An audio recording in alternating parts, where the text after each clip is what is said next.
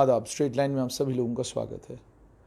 कल कश्मीर घाटी के अनंतनाग डिस्ट्रिक्ट में एक कश्मीरी पंडित सरपंच की आतंकवादियों ने गोली मारकर हत्या कर दी।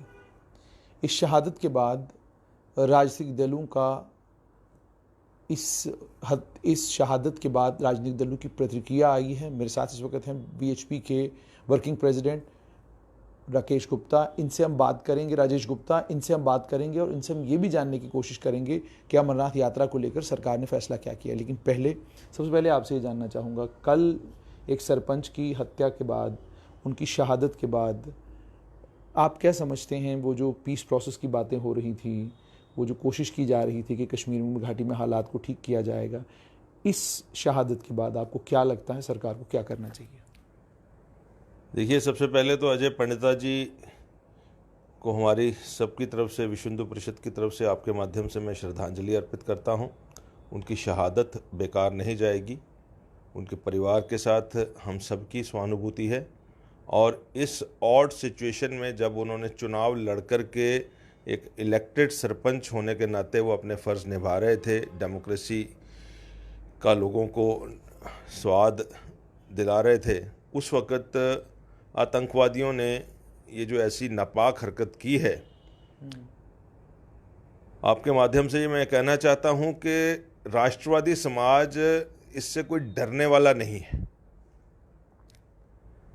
जम्मू कश्मीर पुलिस ने जिस ढंग से अपना लॉकडाउन के दौरान इन टेररिस्ट को जन्नत में पहुंचाने का काम शुरू किया हुआ है, मैं समझता हूं कि लॉकडाउन के दौरान उनकी ये सर्विसेज चल रही हैं कि इनको जन्नत पहुंचाते जाए। 22 टेररिस्ट उन्होंने पिछले 2 हफ्तों में वहां भेज दिए।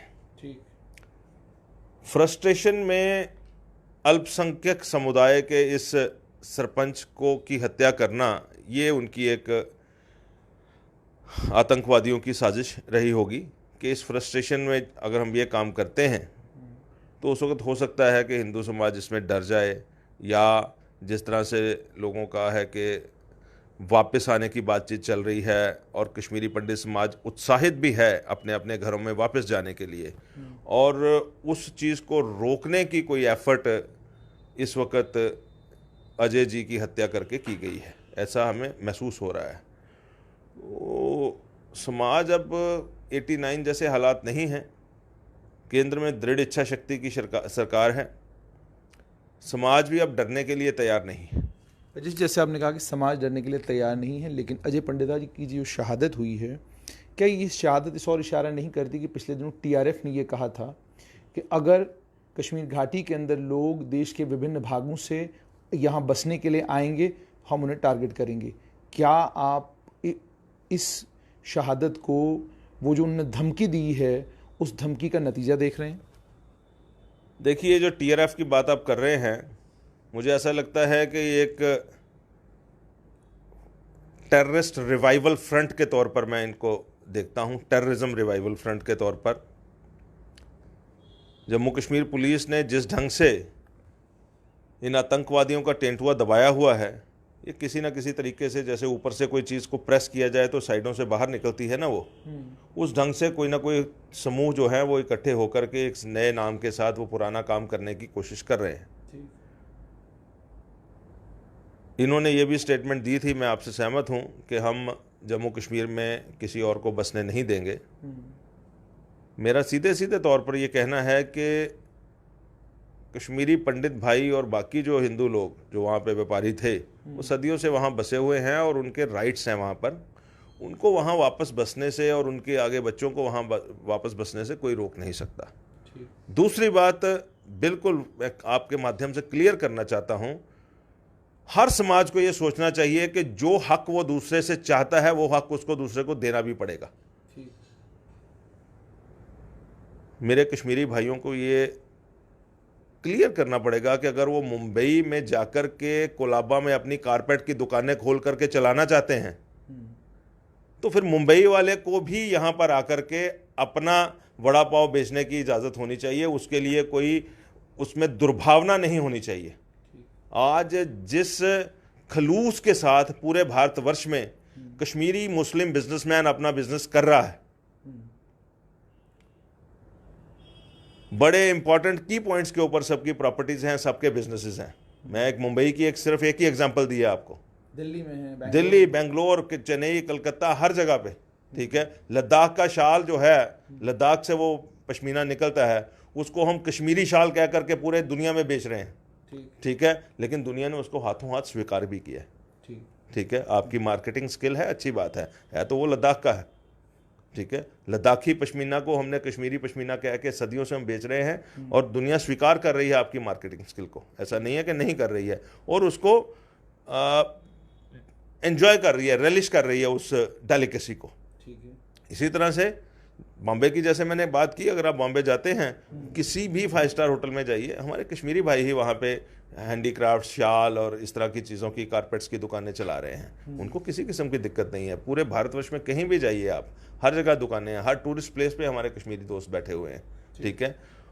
तो ये जो ऑर्गेनाइजेशंस हैं जो अगर कहती हैं अगर गोवा में कश्मीरी मेरा एक दुकान खोल सकता है, तो क्या गोवा वाले को हक नहीं है श्रीनगर में आकर के बुलवर्ड पे आकर अपनी दुकान खोलने का? तो कश्मीर के लोगों को ये सोचना चाहिए कि हम किस तरफ जा रहे हैं, किसका साथ दे रहे हैं और किस पे हमें रिएक्ट करना चाहिए और किस पे नहीं करना चाहिए। और अगर इस तरह की स्टेटमेंट उस टीआरएफ की आई थी तो कश्मीर के समाज को मैं कहना चाहता हूं कि उनको उसी वक्त टूथ एंड नेल उसको अपोज करना चाहिए था। किस हक से फिर ये कहते हैं कि टूरिस्ट हमारे पास आए और हमें पैसे दे करके जाए? अगर ये उन लोगों की इज्जत नहीं करना चाहते, उन लोगों को यहाँ पे आने नहीं देना चाहते, रहने नहीं देना चाहते, तो फिर टूरिस्ट को क्यों बुलाना है? अक्सर हमने देखा है जब भी इस तरह की हत्याएं होती हैं, उसके फ़ौरन बाद जो है तमाम जितने राजनीतिक दल हैं उनके प्रेस नोट आ जाते हैं, उसमें वो तमाम लोग जो है इसको कंडेम करते हैं। और जो अलगाववादी खेमा है आजकल तो फिलहाल दुबका हुआ बैठा हुआ है, लेकिन वो अलगाववादी खेमे की भी बड़ी सारी बातें सुनने को मिलती है जब कश्मीर में कुछ होता है। लेकिन अल्पसंख्यकों को लेकर, कश्मीरी पंडितों को लेकर बार बार ये कहा जाता है जी कि हम बड़े खुले दिल से ये कहते हैं कि कश्मीरी पंडित जो हैं वो घर वापस आएँ। कल अजय जी की शहादत के बाद से लेकर अभी तक कहीं से सुनने को नहीं मिला कि अनंतनाग में कोई प्रदर्शन जो है वो हुआ, श्रीनगर में किसी ने कोई प्रदर्शन किया, को बारामुल्ला में किसी ने कोई प्रदर्शन किया कि ये हमारे भाई हैं, इन्हें वापस आना है, जिन लोगों ने ये किया है हम उनका बाइकआउट करते हैं, हम उनका सामाजिक बहिष्कार करेंगे, जम्मू कश्मीर पुलिस का सामाजिक बहिष्कार होगा, ये भी हमें सुनने को मिला, फलां का सामाजिक बहिष्कार होगा, ये भी सुनने को मिला, कांग्रेस के साथ जो चलेगा उसका सामाजिक बहिष्कार होगा, बीजेपी के साथ जो चलेगा उसका सामाजिक बहिष्कार होगा। लेकिन इस समय आपको क्या लगता है कश्मीर के समाज को इस शहादत के बाद कैसे रिएक्ट और रिस्पॉन्ड करना चाहिए, किनका बहिष्कार करना चाहिए? देखिए, जम्मू कश्मीर पुलिस अगर आतंकवादियों को जन्नत में पहुंचा रही है तो बड़ा अच्छा काम कर रही है। उसका सामाजिक बहिष्कार नहीं, उसका सामाजिक सम्मान होना चाहिए। जो बात मैंने खुद पहले उठाई है कि अगर टीआरएफ या कोई और संस्थाएं जो हैं, आतंकवाद परस्त संस्थाएं, इस तरह की बात करती हैं कि यहाँ हम किसी को डोमिसाइल नहीं लेने देंगे या बाहर से किसी को बसने नहीं देंगे, तो उनको रेसिप्रोकल फॉर्मेट में सोचना चाहिए। भारतवर्ष में किसी भी प्रदेश या यूनियन टेरिटरी में आकर के कोई इस तरह की बात कहे कि मैं यहाँ आपको आने नहीं देना चाहता, तो वो बात ठीक नहीं है। और कश्मीर के समाज का इस वक्त सबसे बड़ा दायित्व बनता है, कश्मीर की सिविल सोसाइटी का इस वक्त सबसे बड़ा दायित्व बनता है कि इस तरह के विषयों पे आकर के खुल करके बोले। अदरवाइज वो अपनी प्रामाणिकता खो देगा, अपनी क्रेडिबिलिटी खो देगा। जब तक हम गलत को गलत और सही को सही नहीं बोलेंगे, जब तक हम आतंकवादी को आतंकवादी नहीं बोलेंगे, जब तक हम आतंकवादियों के आतंकवाद प्रस्त कृत्यों को कंडेम नहीं करेंगे, तब तक हम राष्ट्र की मुख्य धारा से बेनिफिट लेने के हकदार नहीं हैं। ये कश्मीर के समाज को सोचना चाहिए। आज अगर अजय जी की शहादत हुई है, और इससे पहले भी कश्मीरी पंडित भाइयों की और बहुत से राष्ट्रवादी मुसलमानों की शहादतें वहाँ पे हुई हैं। ऐसा नहीं है कि मुसलमानों की शहादतें नहीं हुई वहाँ पे। जो राष्ट्रवादी थे, बहुत से पुलिस अफसरों की शहादतें वहाँ पे हुई हैं। आपने देखा वहाँ पे श्रीनगर में जामा मस्जिद के बाहर वो जिनका सरनेम पंडित था, बिल्कुल बिल्कुल मुस्लिम ऑफिसर थे, तो उनको कैसे इन्होंने मार दिया था? वो बेचारा अपनी ड्यूटी कर रहा था और उसको अकेला देख करके आपने मार दिया। और अजय जी आपसे ये जो सारी चीज़ें हैं, कश्मीर के समाज को उसके ऊपर उठना चाहिए, उस पर एक रेजिस्टेंस क्रिएट करनी चाहिए। ये रेजिस्टेंस फ्रंट आतंकवादियों का नहीं, आतंकवाद के खिलाफ बनने की जरूरत है। एक चीज़ और आपसे जानना चाहूँगा कि इस समय कोविड की परेशानी है, चाइना को लेकर इस वक्त जो है हमारी सरकार चाइना के साथ बातचीत कर रही है, उस मसले को हल करने की कोशिश कर रही है। आपको नहीं लगता कि आंतरिक सुरक्षा को गड़बड़ाने के लिए, हालात ख़राब करने के लिए कभी किश्तवाड़ में जो है टारगेट किया जाता है हिंदू समाज के लोगों को, और आज अनंतनाग में टारगेट करने का मकसद असल में ये है कि आपको नहीं लगता कि कोशिश है पाकिस्तान से कि सारे एरिया को डिस्टेबलाइज किया जाए? देखिए, मुझे बड़े अफसोस के साथ कहना पड़ता है, जहाँ जहाँ हिंदू मिनॉरिटी में है और मुस्लिम मेजॉरिटी में है, आतंकवाद की इस तरह की घटनाएं होती रही हैं और अभी तक वो 100% ख़त्म नहीं हुई। कश्मीर का एक्सोडस एक बहुत बड़ा दाग है मानवता के ऊपर, जब हिंदू समाज को सेग्रीगेट करके वहाँ से निकल जाने के लिए कहा गया और मस्जिदों से आवाज़ें दी गई कि आप यहाँ से निकल जाओ। उसी तरह की हरकतें मिलती जुलती किश्तवाड़ में भी हुई, राजौरी पुंछ के भी जो डीप इंटीरियर रीजन्स हैं वहाँ पे भी हुई, और वहाँ भी कई ऐसे शहर दोनों तरफ हैं और हायर रीचेस दोनों तरफ ही हैं, राजौरी पुंछ में भी और किश्तवाड़ में भी, जहाँ से हिंदू परिवार बहुत सारे पलायन किए हैं। मैं आपके माध्यम से अपील करना चाहता हूँ मुस्लिम समाज को कि मुस्लिम समाज जो है इस तरह की घटनाओं के खिलाफ खड़ा हो, तभी राष्ट्र में सामंजस्य फैल सकता है, आपस में जो प्रेम प्यार की भावना बढ़ेगी कि आज अपने आप को ये स्वयं डाउट में खड़ा करते हैं। अगर किश्तवाड़ में किसी हिंदू की हत्या होती है तो सारे समाज को बराबर दुख होना चाहिए, केवल हिंदुओं को दुख नहीं होना चाहिए। मैंने जैसे उनका नाम आपको बताया कि पुलिस अफसर अगर मुसलमान है लेकिन और उसको मस्जिद के बाहर मार दिया जाए तो मुझे उसका बराबर अफसोस होता है। जितना अजय जी का अफसोस है उतना ही उसका अफसोस है। जिन मुसलमानों ने जम्मू कश्मीर में और देश में अन्य जगहों पे शहादतें दी हैं वो राष्ट्र के नागरिक हैं, हम उनको हिंदू या मुसलमान के तौर पर ट्रीट नहीं कर रहे। लेकिन जम्मू कश्मीर में जहाँ जहाँ मुस्लिम बहुल इलाके हैं, हिंदुओं के साथ इस तरह का भेदभाव होता आ रहा है और अभी भी वो ख़त्म नहीं हो रहा। जम्मू कश्मीर पुलिस अपनी एक्सरसाइज कर रही है, लेकिन ऐसा लगता है कि उन्हें ये जो उन्होंने transportation service from Kashmir to जन्नत शुरू की है इन टेररिस्ट के लिए, उसमें थोड़ी सी स्पीड बढ़ानी पड़ेगी उसकी, और ज़्यादा कोचेज़ लगाने पड़ेंगे, ज़्यादा वहाँ पे अफसर लगाने पड़ेंगे ताकि ये जल्दी जल्दी भेजा जाए और जो जो टेररिस्ट रैंक्स आ रहे हैं ये उनको सारे सबको वहाँ भेज दिया जाए, यहाँ ये ज़मीन में सफाई। अब एक और इम्पॉर्टेंट मुद्दा है अमरनाथ यात्रा को लेकर। बहुत सारे श्रद्धालु जो हैं वो ये जानना चाहते हैं कि अमरनाथ यात्रा को लेकर अमरनाथ श्राइन बोर्ड जो है उसने क्या कहा है। आपकी बातचीत भी हुई है, मीटिंग्स भी आपकी रेगुलर लेफ्टिनेंट गवर्नर के साथ हो रही हैं, इस समय स्थिति क्या है? देखिए, कोविड की वजह से जो लॉकडाउन हुआ है और उसके बाद अनलॉकडाउन का प्रोसेस भी शुरू हो गया है। गवर्नमेंट ऑफ इंडिया ने तो अपनी एडवाइजरीज में अलाउ कर दिया है मंदिर, मस्जिद, गुरुद्वारे और रिलीजियस प्लेसेस को सिस्टमेटिक ढंग से खोलना एक नई एसओपी के तहत। लेकिन जम्मू कश्मीर में अभी जो डे बिफोर यस्टरडे जो नई लेटेस्ट एडवाइजरी आई है उसमें उन्होंने अभी रिलीजियस प्लेसेस को खोलना अलाउ नहीं किया है, हमने जो देखा है जी। हो सकता है उनका, क्योंकि एक व्यापक सर्वे होगा कि किस ढंग से यहाँ पे बीमारी जो इरप्ट हो रही है और कितना कंट्रोल कर पा रहे हैं, कहाँ पे कश्मीर में, जम्मू में, अलग अलग जगहों पे कैसे वो इरप्शंस हो रही हैं। हम लोगों ने हिंदू समाज की तरफ से जिनकी भावनाएं बाबा अमरनाथ जी के साथ जुड़ी हुई हैं, अपनी तरफ से माननीय गवर्नर साहब, लेफ्टिनेंट गवर्नर साहब को भी और श्राइन बोर्ड के सभी अधिकारियों को आग्रह किया था कि यथासंभव जितना जल्दी हो सकता है और जो बेस्ट हो सकता है उस ढंग से आप यात्रा को खोलिए।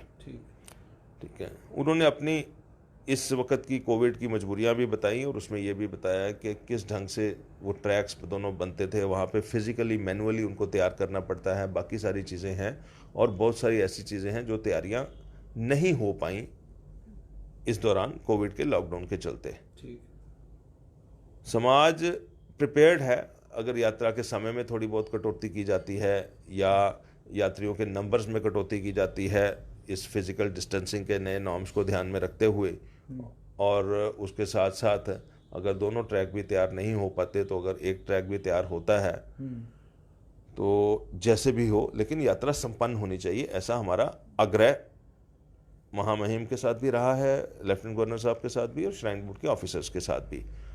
मोटे तौर पर शिव भक्त शांति प्रिय हैं, कानून का पालन करने वाले हैं और इस लॉकडाउन और कोविड के समय पर कोई ऐसा काम नहीं करना चाहते भावनाओं में बह करके जिससे कि कानून की खिलाफत हो।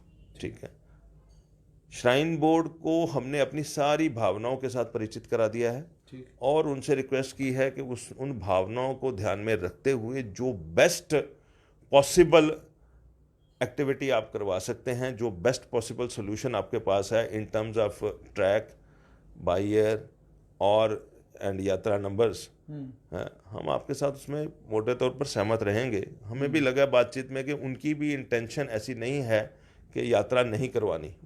वो जो ऑफिसर्स हैं श्राइन बोर्ड के वो भी लगे हैं कि हम किसी तरीके से यात्रा करवाएं, लेकिन कब ये आगे लॉकडाउन की में रिलीजियस प्लेसेस की JNK के लिए नई SOP आती है और प्रोबेबली मुझे लगता है कि जो ही इसमें वो थोड़ा सा ढील आएगी रिलीजियस प्लेसेस को खुलने के लिए और वहाँ पे किस तरह से दर्शन हो सकें मंदिरों, मस्जिदों, गुरुद्वारों में, तो उसके साथ साथ ही इस तरफ अमरनाथ यात्रा और वैष्णो देवी यात्रा की भी खोलने की बात आ जानी चाहिए।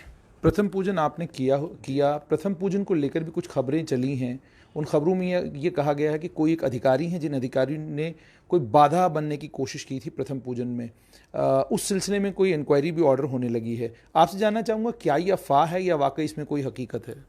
देखिए, प्रथम पूजन श्राइन बोर्ड आयोजित करता है और हम लोग उसमें समाज के प्रतिनिधि के तौर पर जब से ये शुरू हुआ है, क्योंकि हमने प्रथम पूजन के लिए बड़ी एक जद्दोजहद 2009-10 में की थी, तो तब से हम उस प्रथम पूजन में शामिल होते रहे हैं और उसकी बेसिक अंडरस्टैंडिंग ये थी कि ज्येष्ठ पूर्णिमा को धार्मिक रूप से ये तिथि है यात्रा शुरू होने की, जो रक्षाबंधन से 2 मास पहले पड़ती है। तो होली केव पर यह प्रथम पूजन होना चाहिए, लेकिन अंडरस्टैंडिंग इस तरह की है कि क्योंकि बर्फ़ रहती है, कई बार तैयारी नहीं हो पाती, तो या होली केव से नियरेस्ट जहाँ भी जा कर के प्रथम पूजन कर सकें तो वो करें। पिछले कुछ सालों में होली केव, उसके बाद पंचतरनी, फिर चंदनवाड़ी में भी वो पूजा होती रही है।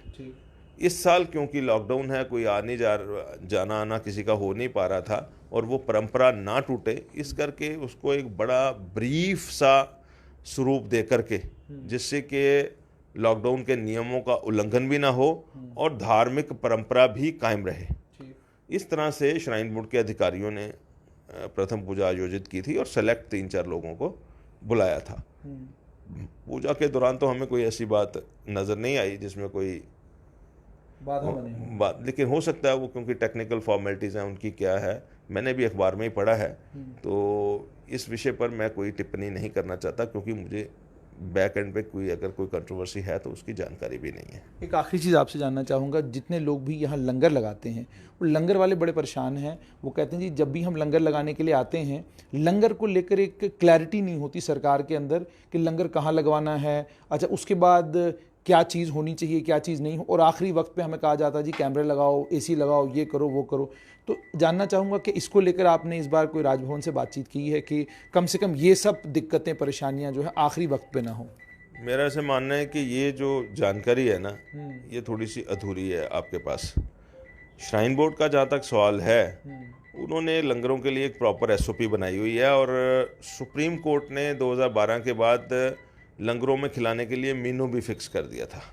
ठीक है, और उसके बाद डेजिग्नेटेड प्लेसेस भी उन्होंने फिक्स की हुई हैं कहाँ कहाँ पे लंगर लगते हैं। तो कहीं ना कहीं मिस इन्फॉर्मेशन है। जो श्राइन बोर्ड का फॉर्मेट है उसके बाद के right from location to menu, वो सारा कुछ डिफाइंड है सुप्रीम कोर्ट की उस गाइडलाइन के मुताबिक, उससे बाहर नहीं जा सकते। अब श्राइन बोर्ड ने अपना कुछ चीज़ों को लेकर के, जिस तरह से ये कि लंगर के बाद सफाई कैसे हो, गार्बेज का डिस्पोजल कैसे हो, इस तरह के कुछ नियम बनाए हैं और उसके मुताबिक, और प्लस जो लंगर लगाने वाले हैं उनके लिए भी कुछ फॉर्मेट्स पे, उनकी पीछे बैकग्राउंड क्या है, उनकी जो ऑर्गेनाइजेशन है, एनजीओ है, उसकी रचना संरचना क्या है, वो ठीक भी है कि नहीं है। कुछ ना कुछ फॉर्मेलिटीज़ रखी हुई हैं, उसके तहत वो एप्लीकेशन मांगते हैं और उस एप्लीकेशन के तहत के मुताबिक वो उसको परमिशन देते हैं। ठीक है, तो कहीं ऐसा तो कुछ नहीं है कि वो बाद में कहा जाता है एसी लगाओ या नहीं लगाओ, वो एक फॉर्मेट बना हुआ है। कहीं ना कहीं कोई आदमी मिसअंडरस्टैंडिंग क्रिएट करने की कोशिश कर रहा है। एक आखिरी चीज़, कोई अजय जी के परिवार, क्योंकि वो मुझे लगता है आपको इसके बाद देखेंगे भी, उनके परिवार को अगर आप कुछ कहना चाहेंगे या अपनी संवेदनाएं व्यक्त करना चाहेंगे? मैंने तो इस बात के शुरू में सबसे पहले ही उनके लिए प्रार्थना करके ही ये बात शुरू की है। और अजय जी के परिवार के मैंने वीडियोस भी देखे हैं, किसी माता का, किसी बहन का सपूत, किसी बहन का भाई, किसी औरत का पति, और वो भी समाज सेवी हो, जुझारू हो, और उसकी इस तरह से कायरतापूर्ण हत्या कर दी जाए उस वक़्त, जबकि अभी उसके जीवन में करने के लिए बहुत कुछ शेष था। आयु उसकी तरफ थी, अभी उसने समाज का बहुत काम करना था। ये केवल उस परिवार को क्षति नहीं है, ये उस समाज को क्षति है। जिन लोगों ने वहाँ पर उनकी हत्या की है, उनके भी नाते रिश्तेदार उसी बेल्ट में, डूरू में रहते होंगे। और अजय जी अगर एज सरपंच सेवा कर रहे थे तो वो ये नहीं देख रहे थे कि ये केवल मात्र कश्मीरी पंडित है या हिंदू है तो इसके घर तक मैंने नलका पहुंचाना है। वो उस एरिया की सेवा कर रहे थे, और उस एरिया में जहां मुस्लिम बहुल समाज है, कश्मीरी पंडितों के बहुत सारे घर नहीं होंगे।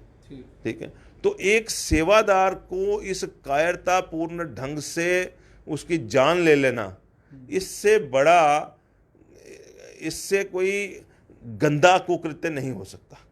ठीक है, और हमारी उस परिवार के साथ बड़ी सांत्वना मैं व्यक्त करता हूँ विश्व हिंदू परिषद की तरफ से भी। और मेरे पास तो लफ्ज़ ही नहीं है उस परिवार को मैं क्या करूँ। मैं समाज का हिस्सेदार होने के नाते, हिंदू मुस्लिम हम सभी उस समाज के हिस्सेदार हैं। मैं शर्मिंदा हूँ उस परिवार से कि उनके जवान का, उनके बेटे का, उनके सपूत का कोई कसूर नहीं था। वो तो सेवा कर रहा था और डिफ़िकल्ट एरिया में जाकर के सेवा कर रहा था। वो भी चाहता तो एज ए माइग्रेंट कहीं पे चला जाता, वहाँ पे जाके माइग्रेंट की रिलीफ ले लेता और कहीं कोई नौकरी ढूंढ लेता किसी ना किसी कैटेगरी में, और वो ना करता कश्मीर की सेवा, ना करता डूरू की सेवा। उसने क्यों चुना ये?